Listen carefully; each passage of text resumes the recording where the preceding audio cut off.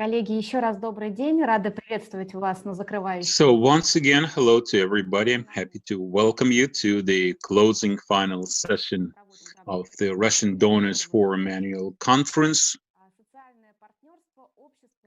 Social partnership, society, government, businesses in achieving sustainable development goals. Our moderator for this session is Artyom Medalev. Artyom, hello, Sasha, hello, colleagues. This session will talk about social partnership between business, the government, and NGOs in the context of SDGs. Today, we would like to take a closer look at intersectoral dialogue, where business, the government, and civil society can work together without formal procedures, working together. And we have a very good panel of experts with us today. The online technology enables us to participate in such events without disrupting our work schedule. So we have Anna Zhigulska representing Rosatom. Let's imagine that we have a virtual round of applause. We have Dmitry Polykanov of the All Russian People's Front. We have Pavel Savchuk, volunteer doctors, Lena Chubakova, national priorities, Artyom Shadrin, Higher School of Economics, Yulia Bragina, RZD, Russian Railways, Rus Foundation, Yulia Zakharova, Yulia Nazarov, Andrei Masaltsev, Dobro.ru, Dmitry Yofe, Kisty Igri, and Anna Sorokina in Associum. We have many speakers, our time is limited, so I would ask everybody to be brief. So I suggest what we do is following. We have 5 or 6 minutes for each of the experts, and we want to save a little time for questions and answers. I suggest we discuss the following subjects.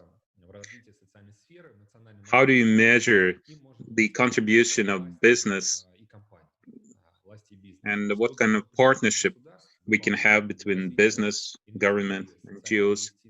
What else does the government need to do to support this kind of partnership and volunteer movements? Maybe you have some recommendations, some life hacks on partnership strategy.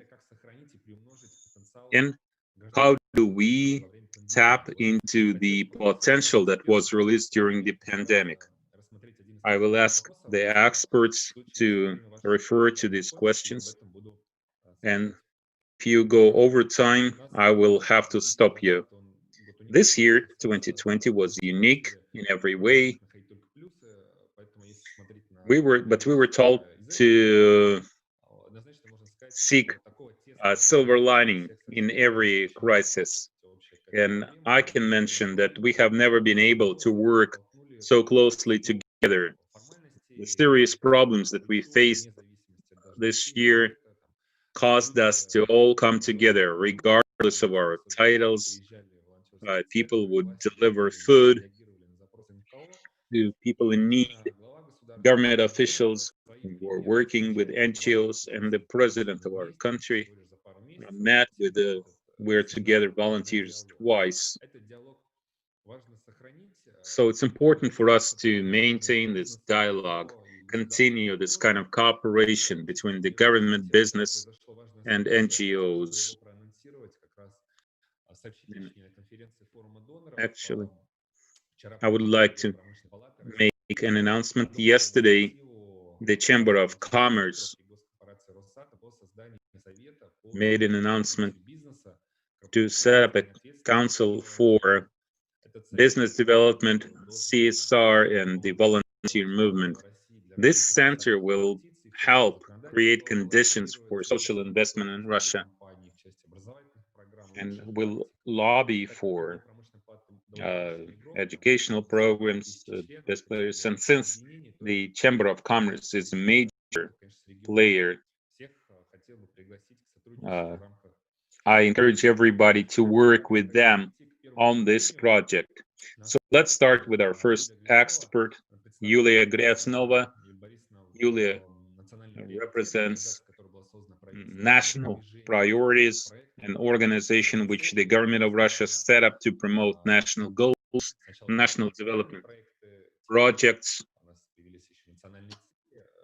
So first we had national priorities, then we started using the term national goals. Not too many people know what the difference between the two concepts are. So Yulia, maybe you could explain to us, what are the national goals, which of them apply to businesses, to NGOs, how they can contribute towards them.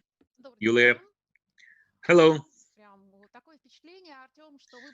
Well, it seems, Artyom, you knew what I was going to talk about, because basically you covered everything I was going to say, which means probably you and I spend a lot of time together. We understand each other very well. So let me share my screen. Just a second.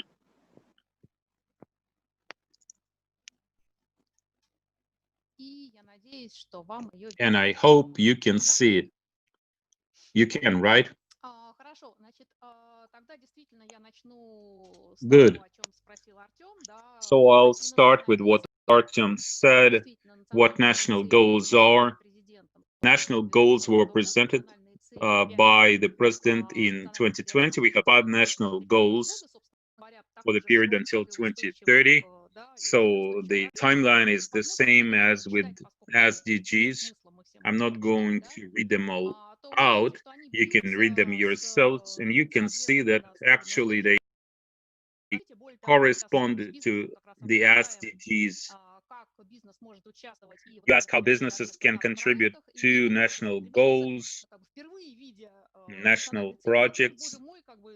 And actually, many businesses said when they first saw national goals, they said, this is exactly what we have been doing anyway, because we have been working on SDGs. So you also asked about national goals and national projects. What's the correspondence between the two?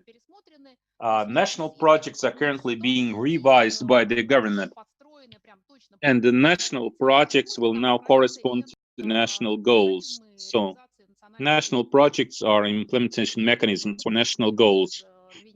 And in 2 weeks, we'll see the version of national projects.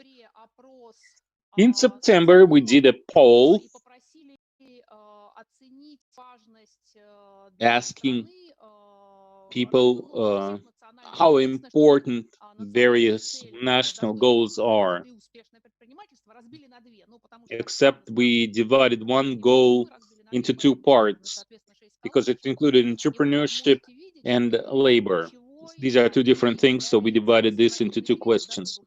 And people said that their highest priority is preserving the population, health, and well-being of people. Second, decent jobs. Third, comfortable environment for living. These are the things that people are most interested in. So if you ask yourself, what can we as a business or as an NGO do to contribute to some of these goals? Businesses can participate in 2 ways. One is helping to implement national goals with what they do. Let's say energy efficiency or processing, waste management, or recycling. Or if you're a construction company, this means you are directly involved. And the second way is you have your CSR program. You have some social projects, you're promoting healthy lifestyle, well-being, comfortable environment for living. So it's pretty much the same.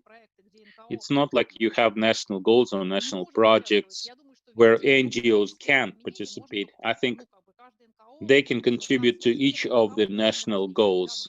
We have all sorts of NGOs, and every NGO can find a national goal they can contribute to. This is really important because when we use this expression, national goals, they have to be national, they have to apply to everyone. Otherwise, they're going to be agency goals. So the government understands that it can't implement these goals without all the key institutions joining forces. And we have three key institutions: the government, business, and NGOs. Sometimes people talk about media being the fourth key element. So all key institutions should be involved in this work. And we definitely consider NGOs and businesses as key players in implementing national goals and national projects. Since we talk about NGOs today, primarily, we asked people in this poll, what kind of changes did you notice? 81% said the number of volunteers increased recently. And I think this is really important. You know that there is a separate federal project for growing the volunteer movement in Russia. What can NGOs do, how they can contribute? And I will use business as an example. We already started working with businesses. I don't think there's a major difference. I think we should all work in the same model together. And actually, Artyom, we want you to help us. We need NGO associations. So we started working with businesses, and we did a large poll, over 500 companies. We asked them, what would motivate you to participate in national projects? What do you expect from the government? So those who think they already participate in national projects, they want to be informed regularly about what's currently going on. Second, they want to receive grants or financial support. And third, they would like to have access to expertise. Those who do not participate in national projects yet mentioned pretty much the same factors.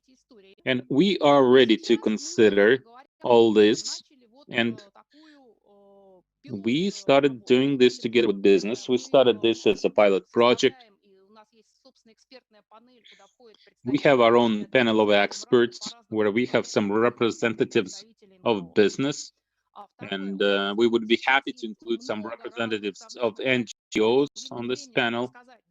And we have a large number of projects. I don't have time to tell you about all them. So the next 4 points we're currently working on, we want to create rankings of companies contributing to national projects. And then based on that, once we see what kind of contribution companies have made, these companies would receive public recognition or financial support from the government. But first of all, it's really important for us to measure this impact, measure this contribution.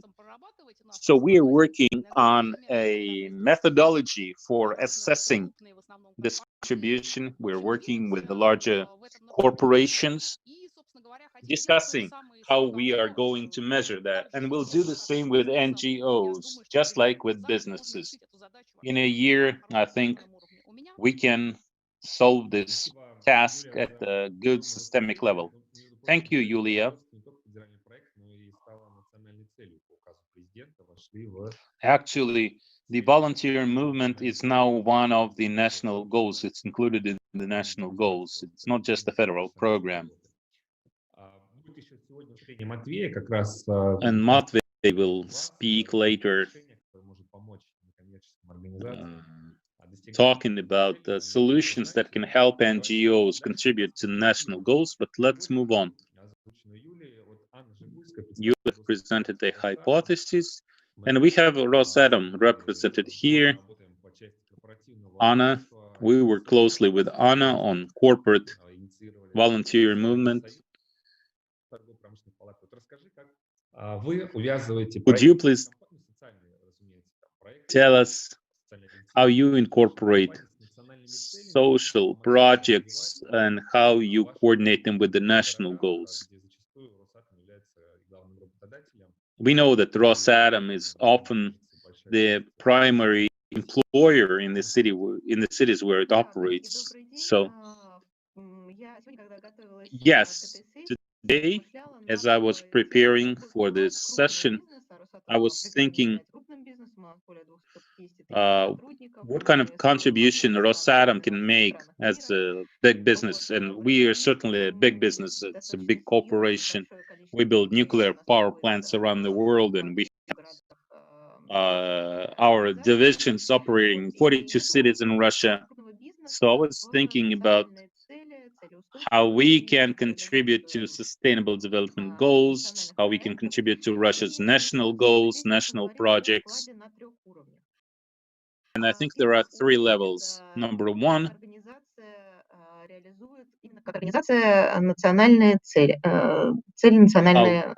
we implement national goals. Specifically, Rosatom is involved in 6 national projects. One of the projects was initiated by Science and Technology. We implemented fully on our own as a large corporation. So that's contribution by our company. So I won't go into details here. That's something we do separately. Second level, and again, this is something that many companies have, large and smaller, corporate volunteers. I want to mention this separately.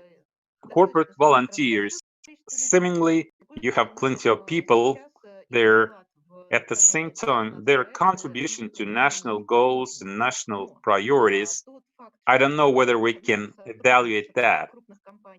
Our employees of larger companies are involved in humanitarian initiatives, helping, sometimes systemically, sometimes sporadically, sometimes regularly, sometimes from time to time. All this generates a culture of helping each other. And as a result, I hope that our employees will start not just helping themselves, but getting other people involved, their families, their friends. So there is potential for development here. And like many other big companies, we have a large number of isolated programs, blood donations, and festivals for children. But in the context of national goals, I should probably mention our advanced placement programs, and we have plenty of those. It started spontaneously. Our employees started going to schools, colleges, orphanages, telling young people about various professions, job opportunities with Rosatom, development opportunities. This was our volunteers' contribution to national goals. And in parallel, we do serious work with our volunteers and municipal authorities. And again, we have a large number of isolated projects. Our volunteers go to local authorities in company towns. Those towns are small, everybody knows everybody, and they address local issues in those towns. Usually they contribute with their intellectual expertise. They can, for example, help optimize transport routes or resolve various transport issues. We have a project when we help reprogram traffic lights to prevent traffic jams. It doesn't seem like a huge project, but it really helped people living in that city. And the third level is when the company offers a way to resolve certain problem and gets volunteers involved. During the pandemic, we had a specific case where our employees from the optimization division reached out to a hospital, helping the hospital to organize the traffic of patients and optimize logistics within the hospital, how to make sure people don't get infected, to separating the routes of people, the flows of people. And we have a lot of expertise in that. In addition to that, we have other major projects. I have a question for you, Anna. We understand that you have a lot of successful results, traffic jams. I think we could use that in many other cities. But is there something that the big company lacks, something you would expect from the government to make these programs more effective? Is there anything you would want the government to do? Do you have any problems? Yes. And I would also like to mention NGOs. They play a unique role. Number one, NGOs could be extremely useful because NGOs are aware of the problems that exist in a particular place. They're more local. They see things that we don't see, and they can tell us clearly that this is what needs to be done in this particular place. Second, what we could do together with NGOs, NGOs are unique because they have professional knowledge. We, as businesses, for example, we don't know that it's not that good to give gifts.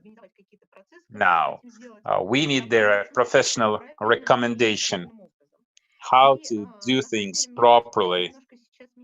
And I think the format of the relationship between businesses and NGOs is changing.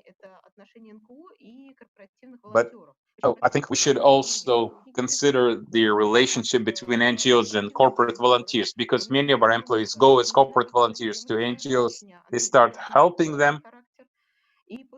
Often they offer intellectual help, and then they become brand ambassadors for this NGO. So it's important to build trust between corporate volunteers and the NGOs. And then our corporate volunteers will spread the word about this NGO, raise awareness. We have some cases like that. So in conclusion, to answer your question, Artyom, about the role of the government, I think you raised a serious issue, and the work you started creating platforms is really important. Now, what you mentioned about the Chamber of Commerce, where businesses and NGOs and government officials can come together, this would be very helpful, where you can see how you can use corporate volunteers and businesses more effectively. And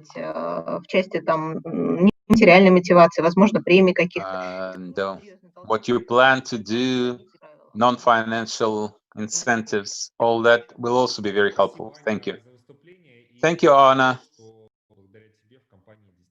And thank you, because yes, you were able to take the volunteer movement to a whole new level in your company. Your CEO, Likhachev, personally gives awards to volunteers. I think this is a very good role model of what a top executive should do to promote the volunteer movement in their company. And we also joined by Dmitry Polikhanov of the All Russia People's Front. We work together on We're Together movement. There were over 2,000 companies that joined this movement. So, would you say, how would you describe this process? working with companies and NGOs during the pandemic. What do you think businesses need to be more effective in helping NGOs at the times of a crisis? Thank you. This is a very interesting question. And I really liked what you said about the rankings and evaluating contribution by companies. The way our dialogue works is usually businesses want to educate NGOs and teach them something from their business perspective. Well, I would suggest we turn the tables a little bit. Let's talk about what businesses can do to be more helpful to NGOs in the times of crisis, when time is of the essence. First of all, like somebody said at an earlier day of the conference, is that we see a trend for institutional support. Corporations shouldn't support individual projects. That's wonderful, but corporations should start thinking about supporting the organization in its core activity. Of course, it takes trust. Of course, you need to build trust little by little. Of course, you have to consider which rankings you need to use to feel certain that your money will not be wasted. Yet, after 30 years in Russia, we have a good number of charitable organizations in Russia with a strong reputation, which deserve to receive institutional support. And it's really important. You may have enough money for projects, but at the same time, you don't have enough money to pay salaries to your employees, and you have to shut down your organization. If that's the case, nothing will work. Number two, we live in the age of media and social media, and people are heavily influenced by fashion and trends. Those trends should not cause us to lose our focus, because when the pandemic broke out, people started helping clinics with the coronavirus, and that's fine. There's nothing wrong with that. But at the same time, since our funds are limited and you only have so much, if you give all your money to help doctors to buy PPEs or ventilators, to help clinics, while the government it takes too long to provide aid, you forget about other areas which have nothing to do with the coronavirus, but people suffering, say, from other diseases need help as much, if not more. So there should be proper balance between these things. When you distribute your resources, you can't forget about other areas, things that are not viewed as one of the top 5 trends right now. And number 3, engagement of employees. I'm glad that Anna mentioned that many corporations got their employees involved. They told them about We Are Together movement, and they either gave their money or they volunteered. I think that's great. And this is something we should use going forward. Large and medium-sized companies should get their employees involved as volunteers, and they shouldn't just encourage volunteerism. They should also explain to their employees what's the right way to donate, what kind of NGOs they should donate their money to, offer this kind of education. Number 4, decision making. It has to be quick, because with large corporations, you need to go through a lot of meetings, a lot of coordination, all sorts of levels of meetings. It takes a very long time. And it's too late. We don't need your money any longer. People are recovered from their illness. It's too late. So, I don't know. We need to consider maybe there should be a certain standard or a certain guidance regarding optimizing internal corporate procedures to accelerate the decision-making process, of course, without losing quality. But corporate lawyers should not make this an endless process.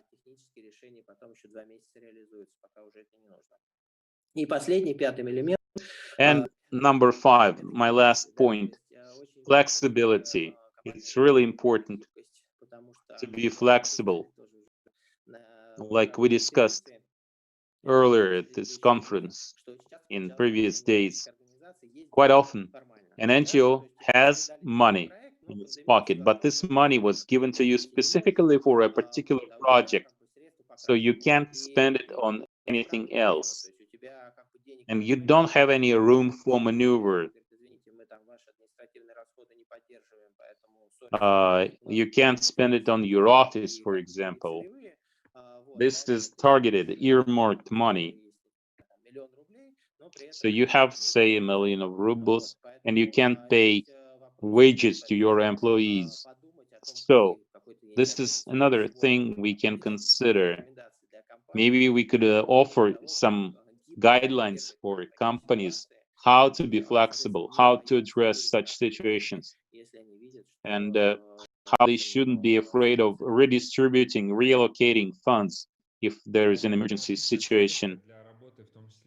Very good. Very good. We could accept this as our agenda for our council at the Chamber of Commerce. I think this was very good. Definitely need this. Some guidelines, guidances, rankings. Thank you very much. I suggest we move on. We have Evgeny Shadrin,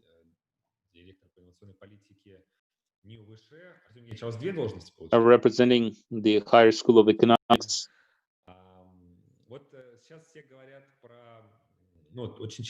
So people keep talking about universities and their third function. Universities are unique partners. NGOs, unfortunately, don't always understand that, because on the one hand, you're the government, on the other hand, you're an NGO. And you can offer a lot of things. But for some reason, NGOs often think that university students don't really know a lot about volunteer projects. They can only offer low quality. NGOs are different, but we know, of course, that this is not true. So could you please tell us about your third mission? You definitely have a huge role to play. How will this role affect the philanthropy sector? Thank you for the question. To me, universities are important because it's a non-financial development institution. We know what the government should do, what NGOs should do. And it often is not a matter of money. It's a matter of supporting technology transfer, etc. So the government set up several development institutions for that. And there is a shortage of such institutions in the non-commercial sector.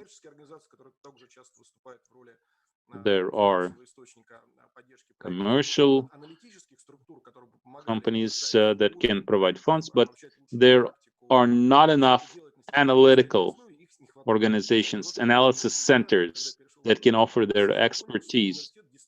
So when I realized that university can have this third mission, I would divide it into three elements. Number one, what Dmitry Polikanov talked about is shaping culture. I think students should definitely be involved in the volunteer movement.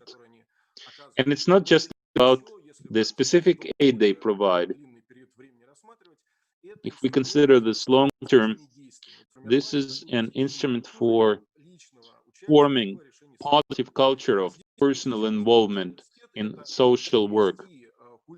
So what university can do is use this kind of cooperation. We can actually have a partnership between college student volunteers and corporate volunteers. There are many opportunities here. This will help college students with their future job careers, and also project-based education, where you give a specific assignment to a student and they participate in a particular project, a social project or any other project. Very often college students participate in a real project that has a timeline and a customer. So you need an interesting task, interesting project with the practical dimension. And hopefully this project should have different stages: the stage of planning, the stage of implementation, not just something routine. And many NGOs receive grants and perform some projects, and they can be really partners for universities and college students. And this can be students who study humanities, psychology, or media communications, but also this could involve IT specialists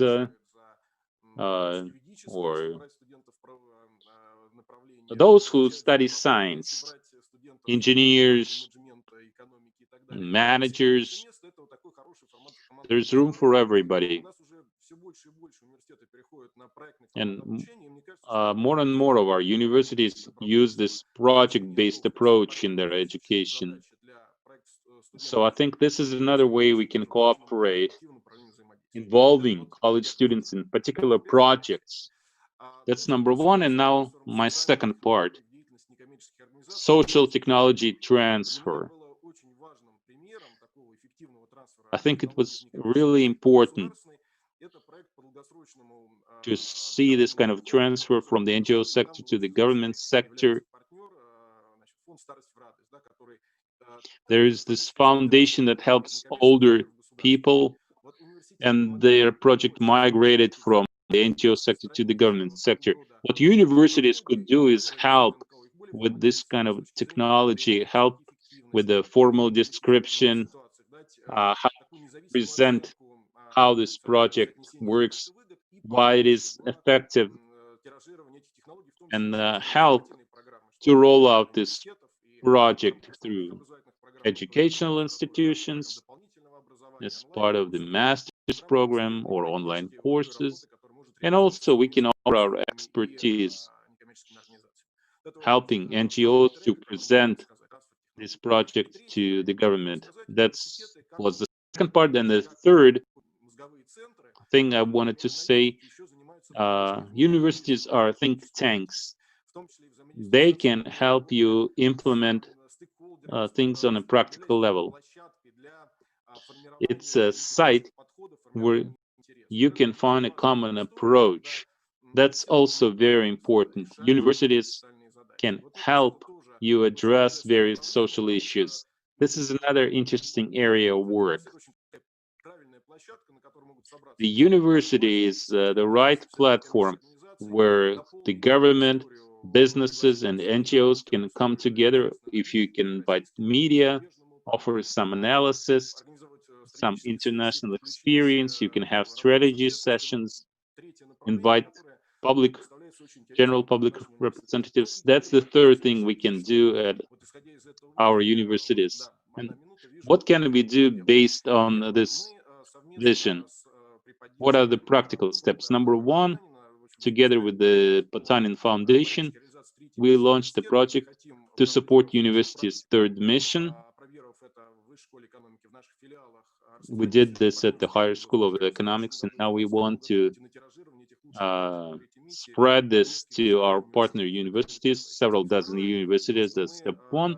And step two, we have launched some projects for measuring social impacts in NGO formats. There's one particular project we do together for a program protecting children against violence. Again, we're collecting best practices there to share them later with government bodies and other NGOs.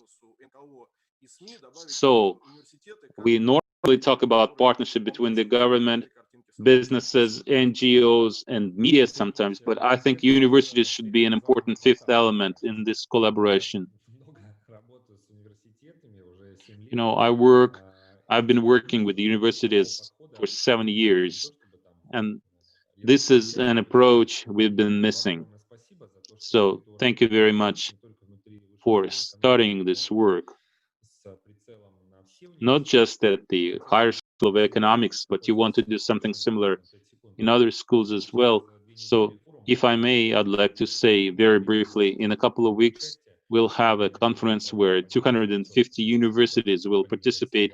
We'll talk about the volunteer movement, and I ask you to join us and present your initiatives there. I think it will be very interesting. Yes, thank you. Okay. Let's move on. We have Pavel Savchuk, volunteer doctors movement. Pavel, as far as I know, you have some slides, right? We're talking about partnership in the context of national goals. So the case of volunteer doctors is a very interesting case. Could you please tell us how this integration works in your situation? And if you have enough time, we work together in the We're Together movement. So how can we take advantage of this potential that we tapped into during this time? What should we do to make sure we preserve all those things? Добрый день, дорогие друзья. Ну вот сегодня говорили про три основных стейкхолдера: государство, бизнес и НКО. Мне кажется, что успешность этого взаимодействия зависит от одного важного фактора. Это единая система ценностей. Для того, чтобы мы все говорили о единой системе ценностей, это и общий язык, который мы используем. Вот, наверное, пандемия лишний раз доказала, что у нас ценности все-таки общие. И во время пандемии нам удалось собрать фонд акций вместе достаточно большую сумму денег. We raised a lot of money for the We're Together Foundation. 496 коммерческих организаций привнесли 197 миллионов в фонд. Это были средства от зарплат сотрудников, которые они переводили по желанию самих сотрудников через отдел кадров. То есть это вот, наверное, проявление, наверное, самой большой социальной ответственности, вот лично, которую я видел, наверное, за всю свою жизнь. Такого большого участия бизнеса за такой короткий срок, совместно с коммерческими организациями, когда мы не просто стали там помощниками государства, а когда все были равнозначны, когда государство и его партнером выступали как НКО, так и бизнес, который там закупал маски, производство тех необходимых средств индивидуальной защиты, медицинского оборудования и всего остального. И отвечая сразу на вопрос по поводу сохранения And to answer your question of how we can preserve this potential, yes, we acquired a lot of expertise during the pandemic, and this was a big leap forward in our volunteer movement. What would normally take 2 or 3 years was done in 2 or 3 months. So to preserve this potential, we set up we're together associations and clubs.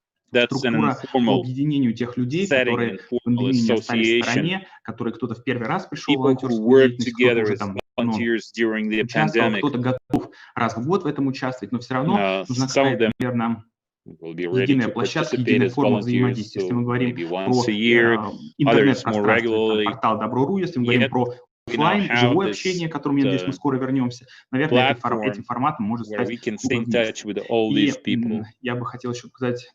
And I would like to show you some slides. We have businesses represented here. You can see our volunteers wearing business suits. Let me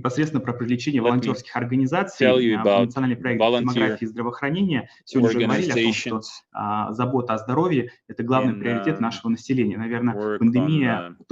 healthcare. И здоровье является счастьем для всех нас, поэтому волонтерские организации и бизнес, который захочет в этом направлении работать, они будут иметь очень большой успех. Ну и кратко по нашему движению, 85 региональных отделений, более 60 тысяч волонтеров, 700 медицинских организаций, направления работы представлены справа на слайде. Каждое из этих направлений работы так или иначе пересекается с определенными задачами федеральных проектов, которые входят в национальный проект демографии. И мне бы хотелось остановиться на некоторых более подробно. Ну, начать, кстати, не с наших направлений, а с того, чем могут быть НКО, например, наша некоммерческая организация, чем она может быть полезна бизнесу. Какие могут быть проекты по общественно-частному партнерству. Потому что мы всегда говорим, что бизнес дает деньги НКО, НКО реализует проекты для населения, для людей, тем самым социально ответственный бизнес поддерживает обычных людей. Но мы можем говорить о том, что бизнес поддерживает НКО, и НКО помогает внутри самой организации для коллектива, какой-то компании, реализовывать какие-либо программы. И важной, мне кажется, мерой социальной ответственности перед своими сотрудниками и корпоративной культуры внутри является сохранение и укрепление их здоровья. И, например, это могут быть обучение сотрудников организации навыкам оказания первой помощи. Health is an important part of the corporate culture. У которых есть лицензия на образовательную деятельность в этом направлении. Вот And we only have a handful of NGOs that are certified что, to кстати, promote будет healthy сокращать lifestyle. срок больничных листов и количество людей, которые находятся в состоянии временной нетрудоспособности по болезни. Тоже есть исследования, сколько средств поможет сэкономить организации, сколько людей сохранятся на своих рабочих местах. Это организация донорских акций и корпоративных дней донора. Вот как раз сегодня Анна рассказывала про участие корпоративных волонтеров в этих проектах волонтерских организаций. И вот есть Дмитрий Баженов в Росатоме. Мы с ним вместе, он и был волонтером в коммунарке во время пандемии. Отличный пример такого действительно настоящего корпоративного волонтера, который стал частью нашей волонтерской организации, волонтеров мира. Сейчас мы делаем с ним большой творческий проект «Морозовские детские больницы». Это проведение совместных информационных кампаний, направленных на укрепление здоровья граждан, создание совместных проектов в сфере здорового образа жизни, тема общественного здоровья сейчас приобретает новое значение, федерального проекта укрепления общественного здоровья и в связи с тем изменением, с теми тенденциями, которые есть в нашем обществе.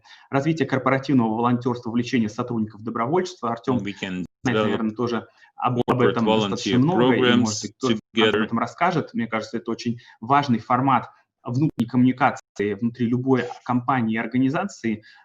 Все равно какого его формата, или это государственное учреждение, или это орган власти, или это коммерческая организация, или общественная организация. Волонтерство поможет сплотить людей, найти у них общие ценности. Такими ценностями могут быть совместные походы в ресторан, в кафе, на обед, но полезной деятельности наибольший результат.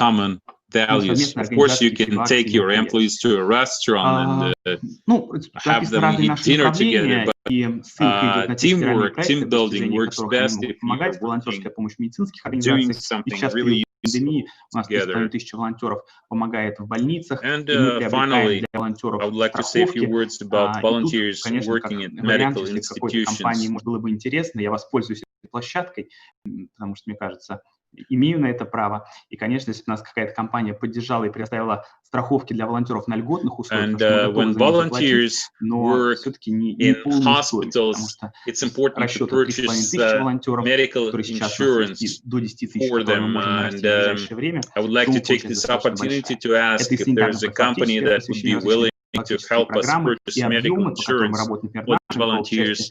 We would really appreciate this because we have a large number of volunteers. Это где-то 15-18 тысяч мероприятий только ежегодно, которые проходят во всех 85 субъектах Российской Федерации, и охват, опять же, ежегодно составляет 10,5 миллионов человек. Это различные важные темы, и профилактика онкологических заболеваний, и профилактика сердечно-сосудистых заболеваний, два главных приоритета в здравоохранении на данный момент, educational programs.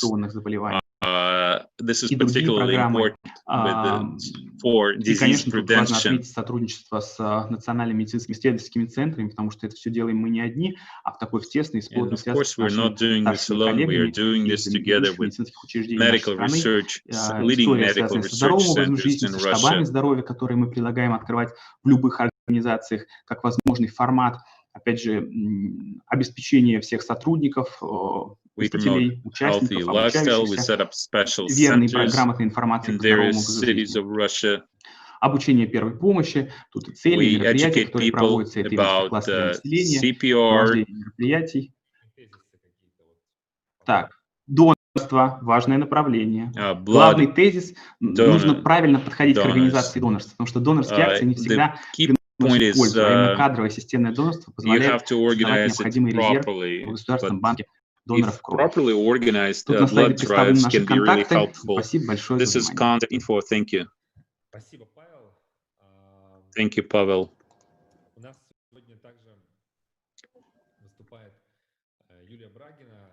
We also have Yulia Bragina,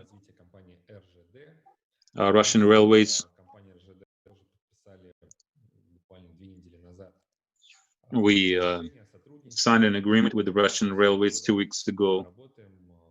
We have been working together for 3 years, helping their guys to participate in competitions. They often win, by the way. So we're happy that this company devotes a lot of attention to corporate volunteers. Yulia, thank you for joining us today. Could you please tell us, Russian railways are present almost everywhere, one way or another. We have, 13 divisions. Unmute your mic. More? 16 divisions. And you have this hashtag, go by train. So let's say I have a company with a CSR strategy and I want to partner up with you, or maybe I'm an NGO that wants to work with you.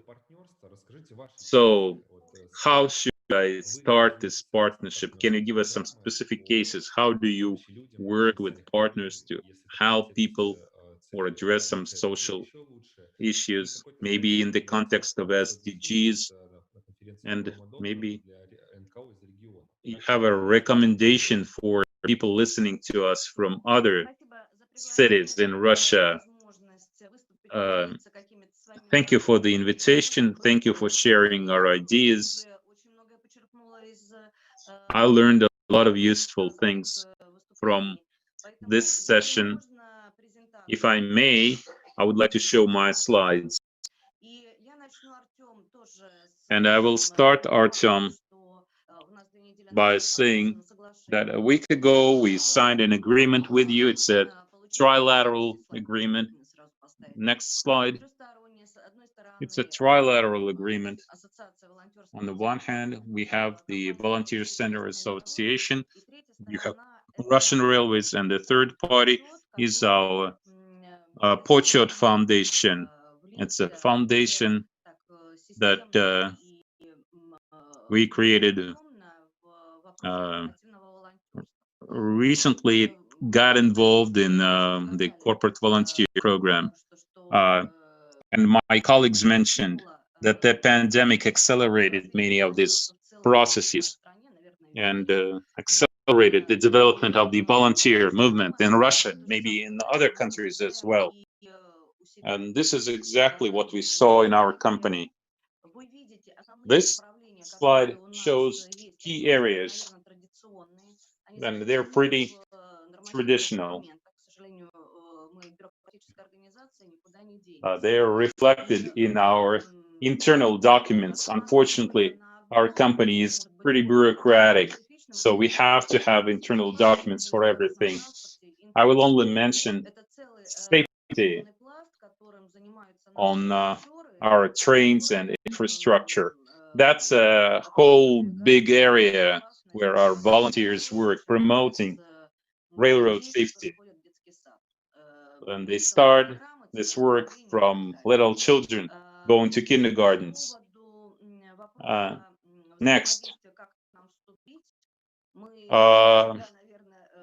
partnership. We are always happy to work with others.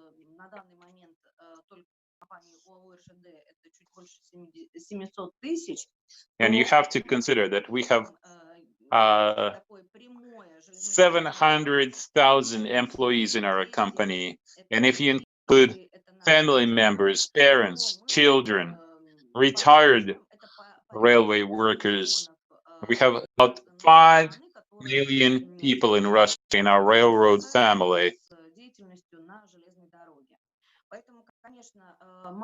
So we have lots of people, huge number of people, a lot of people you can work with.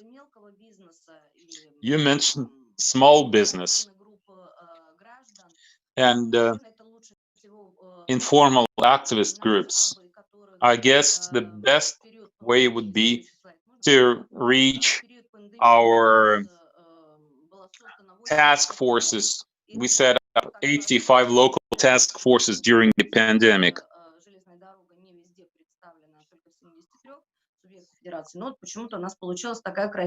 And it's not because there are 85 provinces in Russia. These do not directly correspond.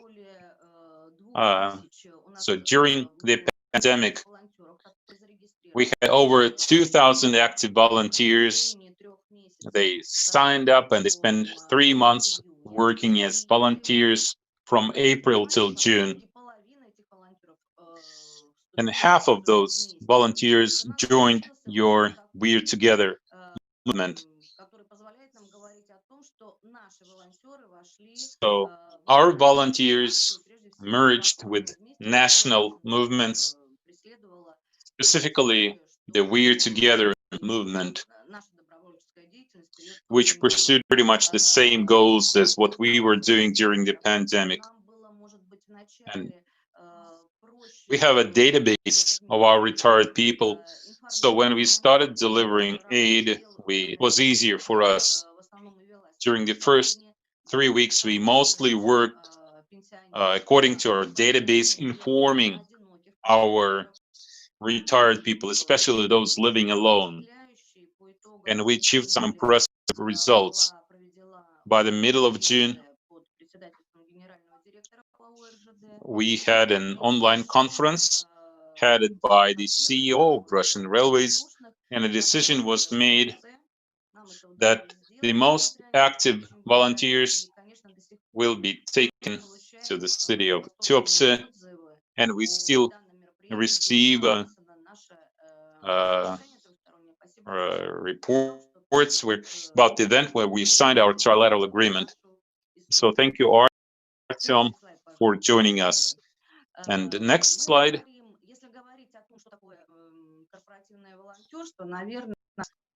When we talk about corporate volunteers, we don't have any particular know-how. It's a pretty traditional approach. Our employees are engaged in our company's activities as volunteers. They join social initiatives. We have a large number of those. So if we go to the next slide,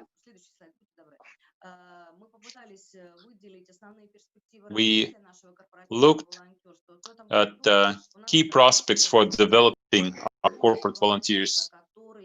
This year, we came up with the idea of a package of perks. If you join the volunteer movement, you get a good number of points added to your score. And once you reach a certain score, you can get certain preferences or perks from the company.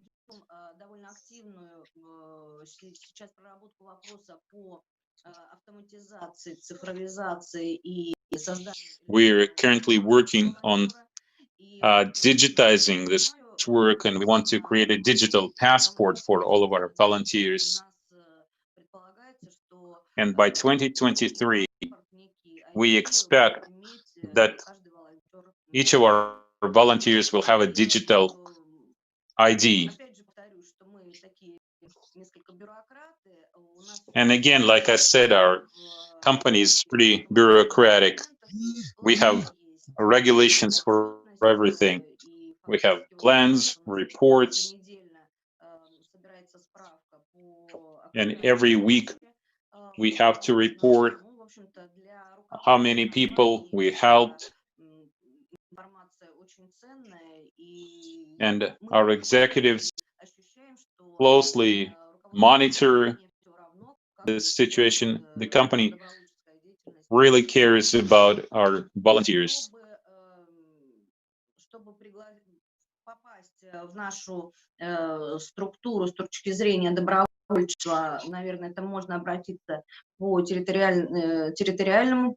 If you want to join our volunteers, you can contact your local volunteer headquarters or our Почет Foundation. And of course, our foundation does very important work.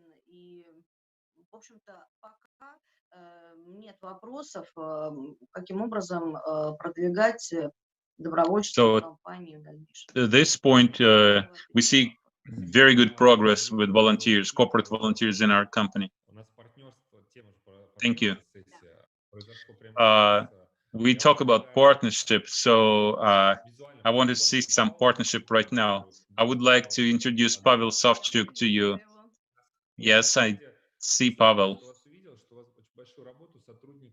And Pavel, I saw that you provide psychological assistance to retired people. And this is what we Pavel Savchuk coordinates volunteers, volunteer doctors who offer psychological help. So I think this would be a good collaboration if you could work together with Pavel. Yes, I also I watched Pavel speak, and I know that their volunteer doctors work with our hospitals where we treated people during the first wave. And I know that our doctors participate in your movement, volunteer doctors. And as far as psychological help is concerned, I think this is very interesting.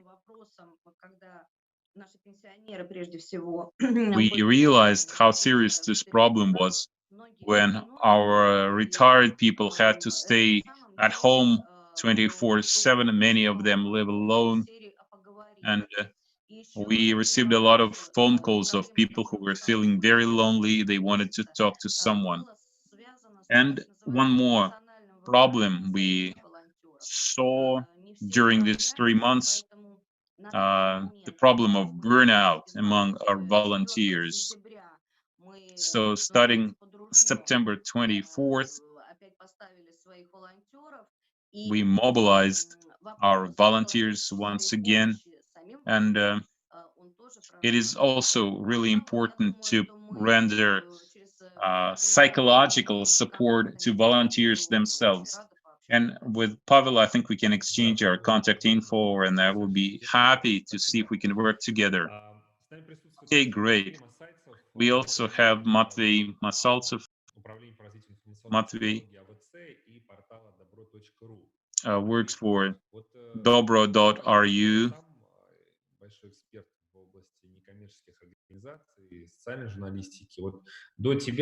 Matvey,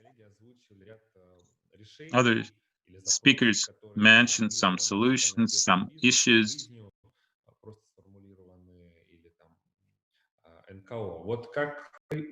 Some challenges that NGOs face today. So you have this portal, this website, dobro.ru. And how can your website contribute to partnership? Hello, thank you. Our website, dobro.ru,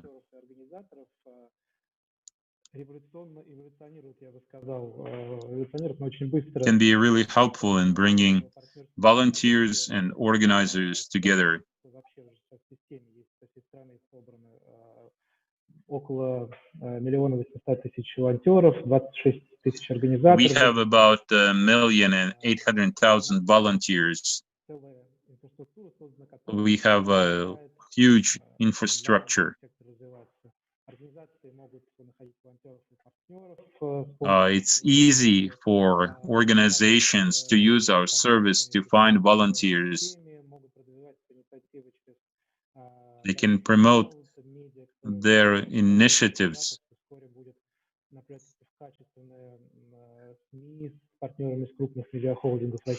We also partner up with large media companies.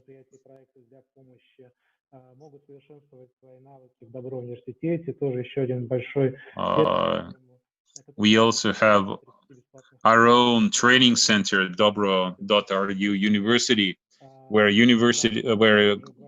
volunteers can go to get some skills.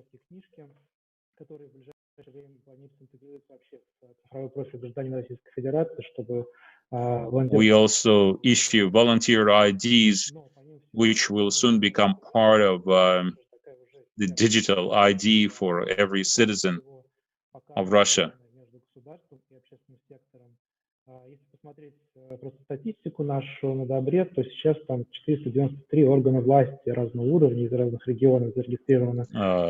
As far as partnership with the government is concerned, we currently have 493 various government bodies registered with our website. Они уже сейчас могут смотреть, это открытый сервис у нас аналитику, да, который основан на данных с You can get some analytics available on our website. You can see how many volunteers, how many initiatives you have in your particular area, how many hours volunteers spent working in your area, other kinds of data. So the government can use the project to follow the volunteer movement in their territory and make their decisions based on that.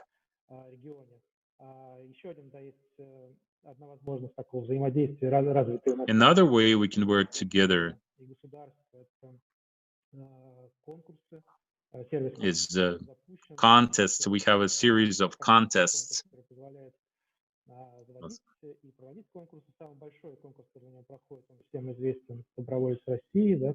The largest contest that everybody knows about is the Russian volunteer. So the government supports this contest, offers some grants to the winners. But what's even more important is this contest motivates и своих организаций, своих благополучателей и вообще сектора в целом, да, на государственном уровне. Наши победители motivates all those involved in it. региональными властями на уровне первых лиц, с первыми лицами государства. Есть реальные примеры решений, которые были приняты в результате этих встреч. We have some examples where volunteers got a chance to present their ideas,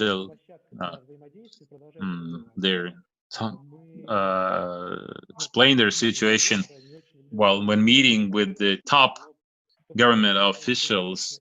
And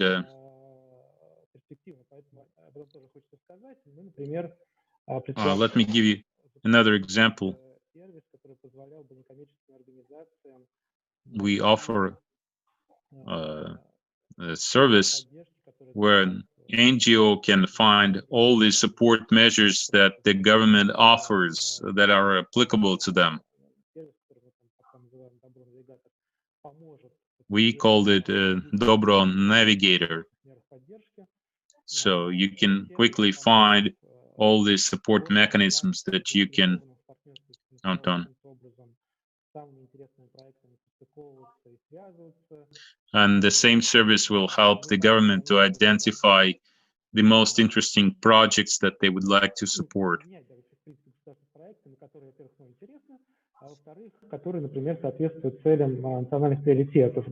So you can pick the most interesting projects, the projects that are in line with national projects.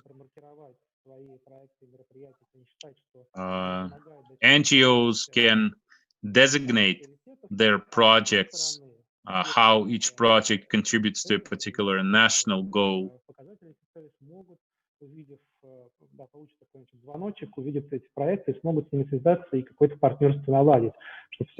This will help establish partnership.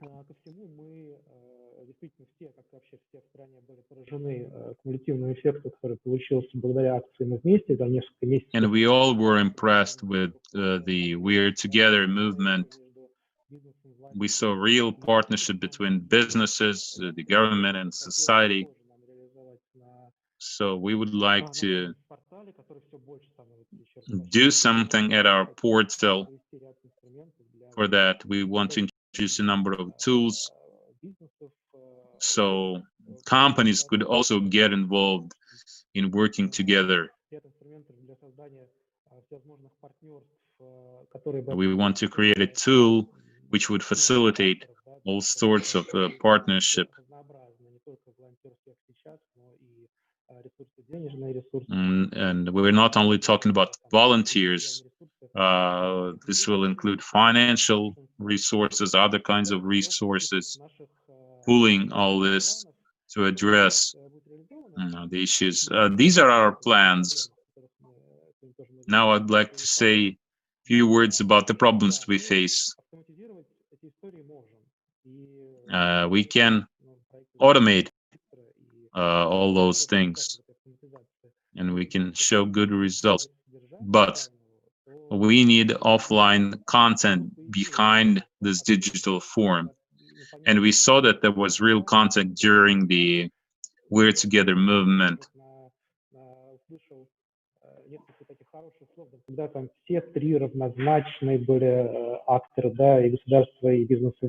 It's nice when you have these three stakeholders working together on par. And this was a very good example where people really work together. Yet, at a routine level, in our daily activities, we don't really see that happening. Things that have nothing to do with the coronavirus.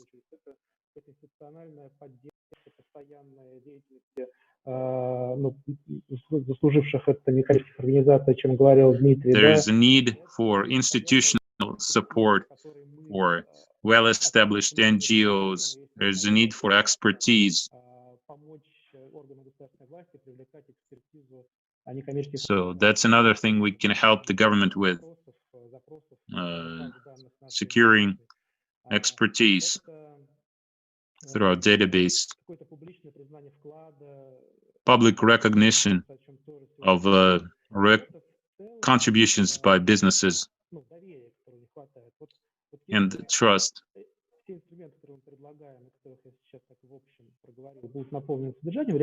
So if there is real substance behind all the instruments I mentioned,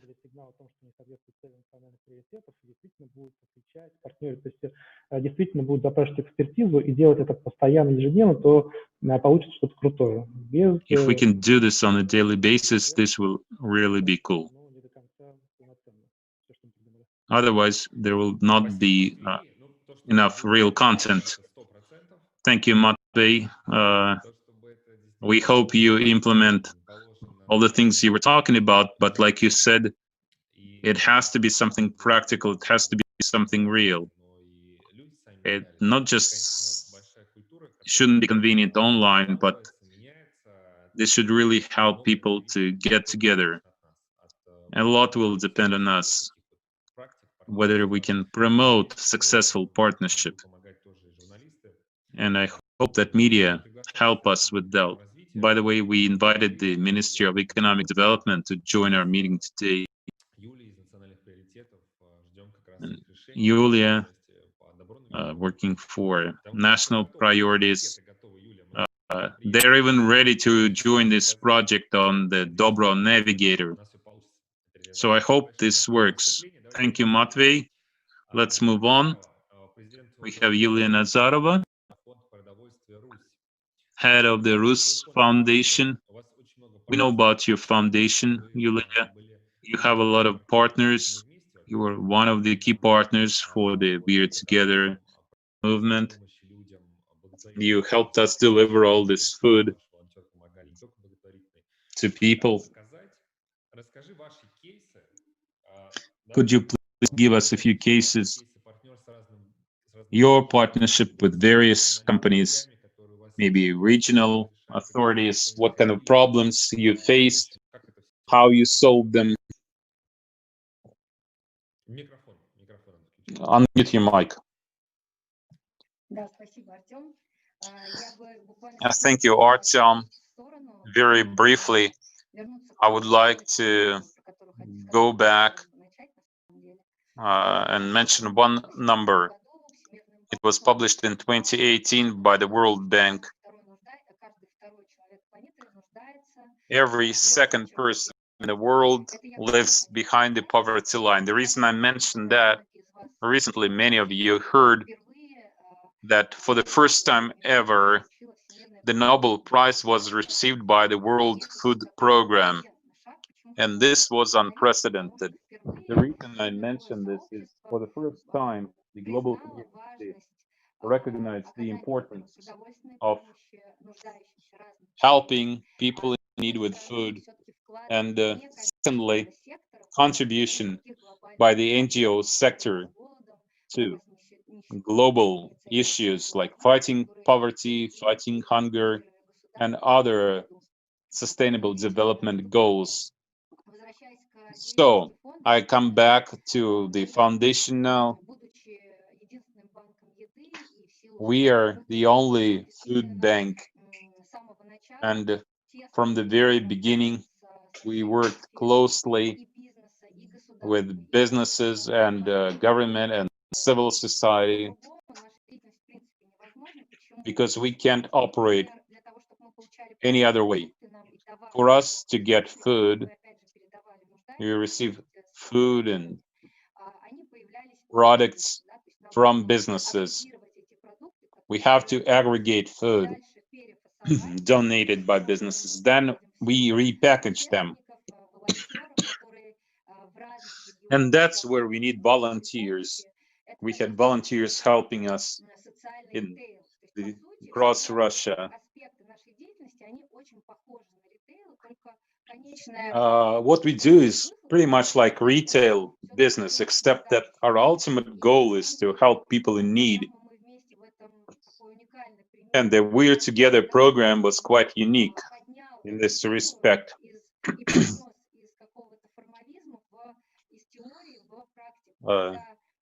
This was no longer formal, this was something practical. we had more partners. I can mention some specific cases. For example, government officials worked very well with us. They helped us package food, deliver food to households. Из формата такой масштабной помощи в адресную. И, безусловно, as you know, we had to switch from large-scale operation to targeted deliveries.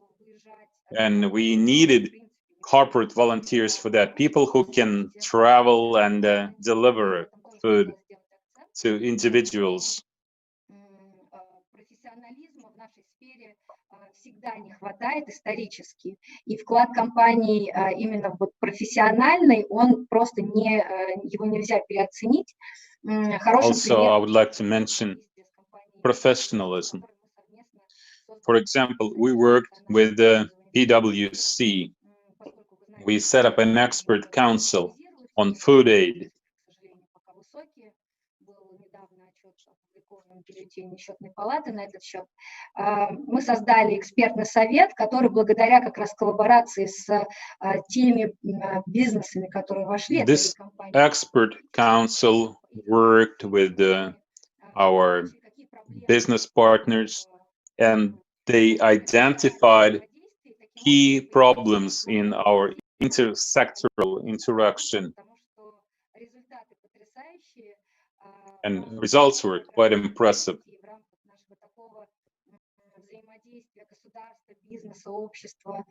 У нас получилось решить огромную задачу по налогообложению. As a result, we were able to resolve a huge issue on taxation for food donations. Changes were made to tax legislation. By working together, we were able to resolve this issue on corporate tax. And this was an unprecedented measure by the government to support responsible companies, to support donors.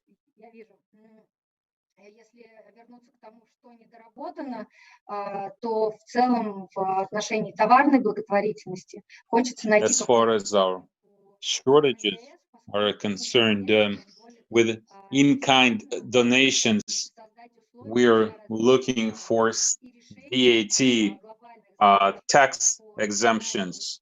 This would help us improve our work. Because our resources are limited. This would help us operate much better. Okay, I wrote this down, what you said about VAT, and we will raise this issue with the Chamber of Commerce, because some of their members members of Parliament, State Duma, so we can take this question there. I would be happy to join your council. I think Sasha has joined us, and actually we're running out of time, yet we have 2 more speakers left. Do we have time for that, Sasha? So we'll continue. We have Dmitry Yoffe. He's the leader of Чистые игры. We all know about your project, so no need to explain what you do. So could you please tell us about your partnerships? How you work with businesses, because I know you have some expertise.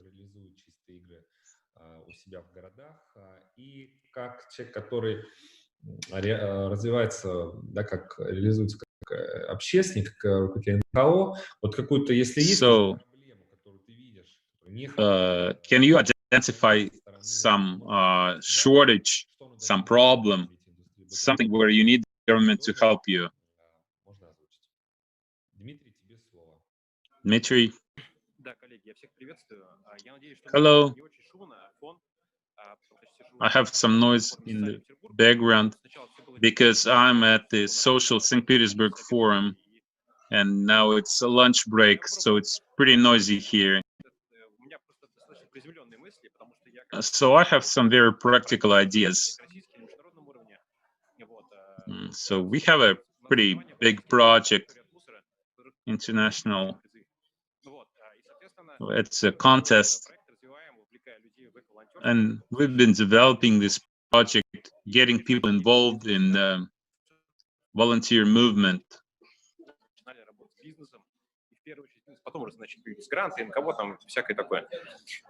И, соответственно, да, и мы, как бы, у нас есть партнерство там абсолютно разные с... We work with local companies, with big business.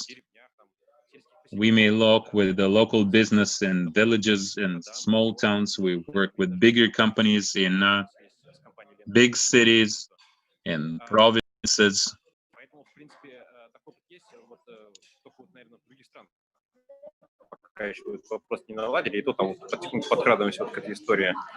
There are just a handful of places where we don't have partners yet. Yulia Bragina told us about Russian railroads, so let me share my experience. I tried working with Russian railways for about 4 years. I attended the roundtable discussion there, and a year ago,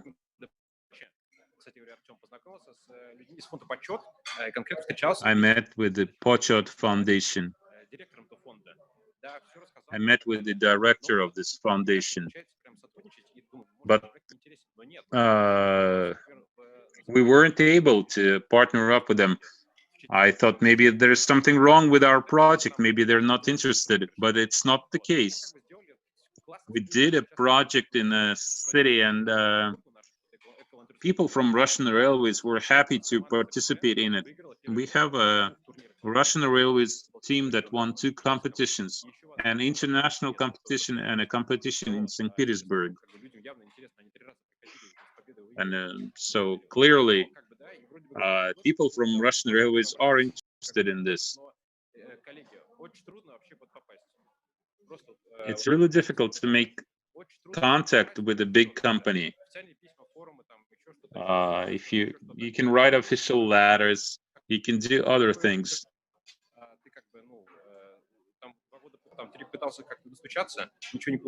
I spent 3 years trying.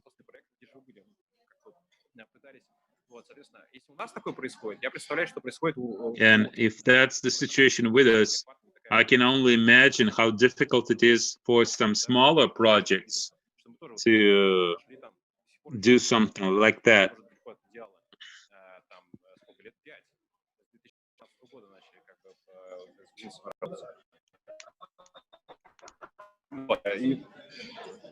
Откровенно говоря, тут, как бы, да, нужны какие-то, вот, не знаю, лифты, объединяющие площадки и так далее. Очень сложно. Вот я надеюсь, что совет, как вы анонсируете... So we need some kind of platform that would bring everybody together, or something like that. I'm not sure. Раньше мы пытались работать там с НСКВ, Национальный совет корпоративного волонтерства, но, к сожалению, там вот мы как-то ну, все-таки разошлись как бы по ряду абсолютно этических вопросов и не можем как бы работать нормально, как-то где там, чтобы НКО нормально уважали, ну, по-простому говоря. Честное слово, то есть я общался со всеми, с Вадимом Ковалевым, там еще... So I tried talking to everybody, Kovalov, other people, and could not make it work.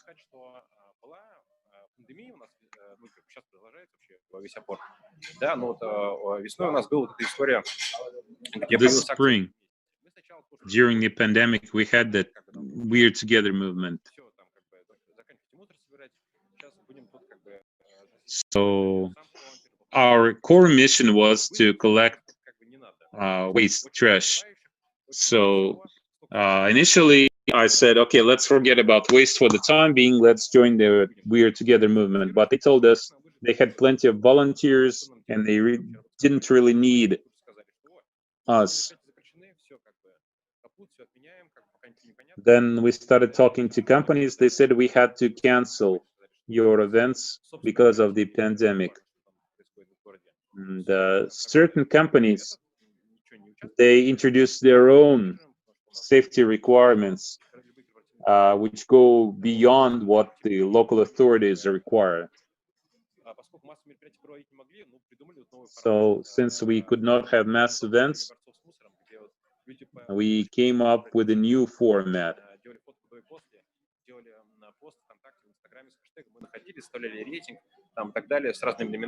Where we asked people to collect trash and post pictures on social media. So because of the pandemic, we found new formats for our work. Делать какие-то что-то более массовые мероприятия, да, там, то есть, в смысле, развивать эту историю у себя. Так можно находить просто как бы людей активных. Вот, этот формат очень понравился, и как бы... So we really enjoyed this new format, and we see huge potential here for growth.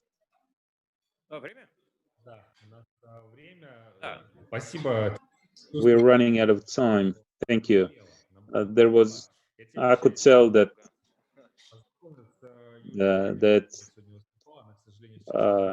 unfortunately, Yulia Bragina is no longer with us, but I can promise you that I will relay to her what you just said.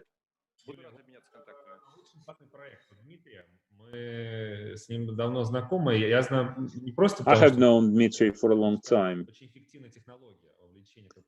and I know he's very good at involving corporate volunteers in his project. So I suggest that you recommend what they do. Could be really helpful for Russian Railways in promoting the environmental agenda.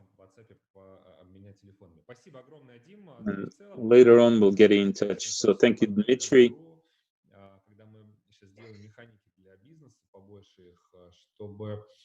Если тебе нужно, ты занимаешься экологией, да, чтобы не ко всем стучаться.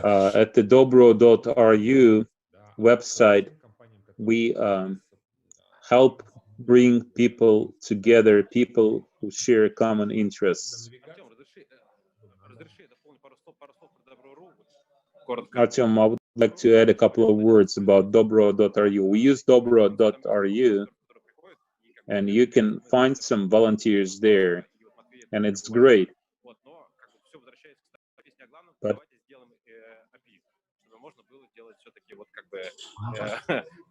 чтобы мы могли автоматически туда как бы поставить.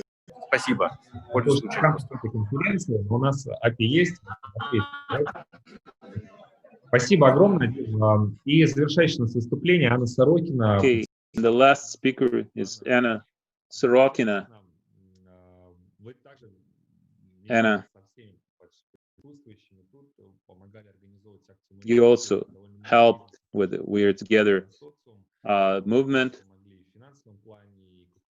There were many companies who helped financially and a lot of different things. And you also work with NGOs. You have contests. You have social platform at the St. Petersburg Forum. So, are there any issues? Is there anything else that anything that the NGOs could do better?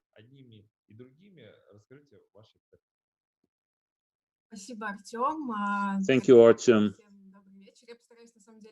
Good evening. I'll try to keep it brief. Our foundation, Roscongress Social Platform, from the very beginning, we had this idea that we need dialogue between three stakeholders: the government, society, and business. We had this idea to create this space of trust on our platforms. And many of our colleagues spoke about communications today, how sometimes it's not clear what is expected of NGOs, what businesses are interested in. So when we created this platform, our idea was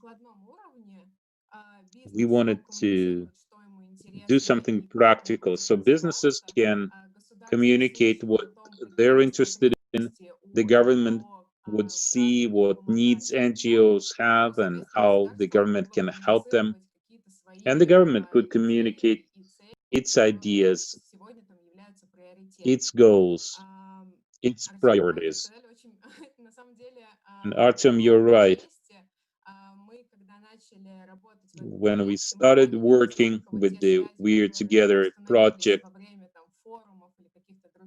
we realized that our personal contacts, which we developed during previous conferences, they really helped us to start dialogue quickly, dialogue between businesses, the government, and NGOs. And the pandemic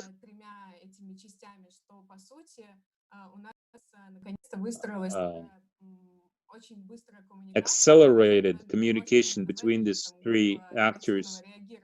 So eventually we ended up as one big task force, rapid response team. So what we did together as part of We're Together team should continue. We encourage everybody, NGOs and businesses and the government, to communicate clearly what you want to accomplish. Don't be afraid, don't be shy. Talk about the projects you want to implement. Tell others about your needs. Communication is what we often lack. And when the crisis hits, suddenly we are able to communicate.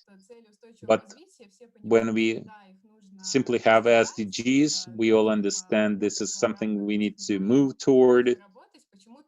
We need to be working on. Our focus is not that clear. So, in conclusion, I'd like to say it would be great. It was great to listen to everyone today, all those watching us online. It would be great if you could share what you really need. And we, at our platform, will always be happy to facilitate your dialogue. Actually, it's not that difficult to get in touch with the other parties in this triangle of stakeholders. Thank you, Anna. We conclude our session. Unfortunately, we went over time. But I just could not stop our speakers because they're all experts in their particular field. And they really talked about things that are necessary for partnership, trust, and partnership. I was listening to your cases, your recommendations. I wrote down a few things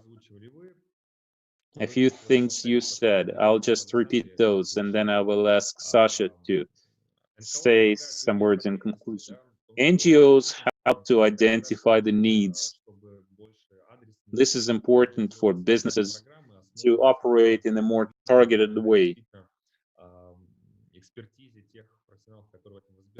Это те самые профессиональные знания для сотрудников, которые некоммерческий сектор может дать для сотрудников различных компаний. NGOs can provide professional expertise for company employees and university students. Важно видеть в вузах, университетах действительно настоящего партнера. Universities should become real partners, helping to address a number of issues, personal issues, organizational issues, expertise issues, analysis, etc. Решению социальных проблем простых людей, о том, чтобы ВУЗ больше брал на себя социальных функций и помогал. Universities should play more of a social function. We need to move toward institutional support. It's not enough to just plant trees. You need to take a comprehensive approach. You need to be working on a long-term partnership with NGOs. То, что сейчас есть ряд платформ, которые помогают в этом диалоге, это и совет. And there are many platforms that would be helpful. There's the council at the Chamber of Commerce. There is a council on the volunteer movement. There are platforms that interact with all three stakeholders, and our web portal dobro.ru also interacts with all three key players. And I would like to make an announcement for everybody's listening to us. Quite soon we'll announce a national award later this month. Ключевых стратегических наших друзей, Торгово-промышленная палата, Агентство стратегических инициатив, Росконгресс, Газпром Медиа Холдинг и многие другие. И эта премия, она будет за вклад как We раз... have many partners working with us on this award. This will be an award to those who contribute to Russia's social development, media professionals covering social issues, businesses, not just offering money, but also their resources to social issues, their employees, collaborating. This award will be announced within the next month, and we'll start giving this award next year. I would like to thank the Donors Forum for the opportunity to come together. Alexander, thank you very much. This was a very important subject. This is the reason we saved you for the last session, because intersectoral coordination is one of the key priorities for the Russian Donors Forum.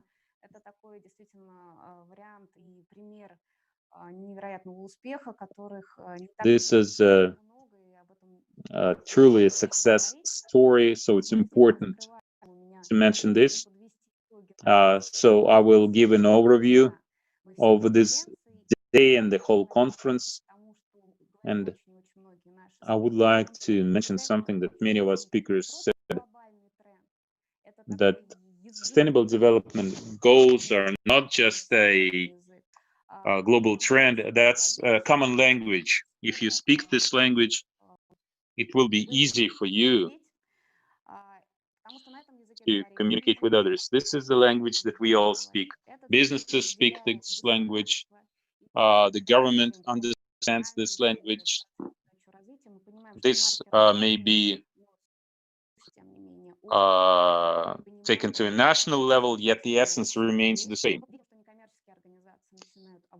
NGOs learn to begin to master this language. Some NGOs already use SDGs in their work.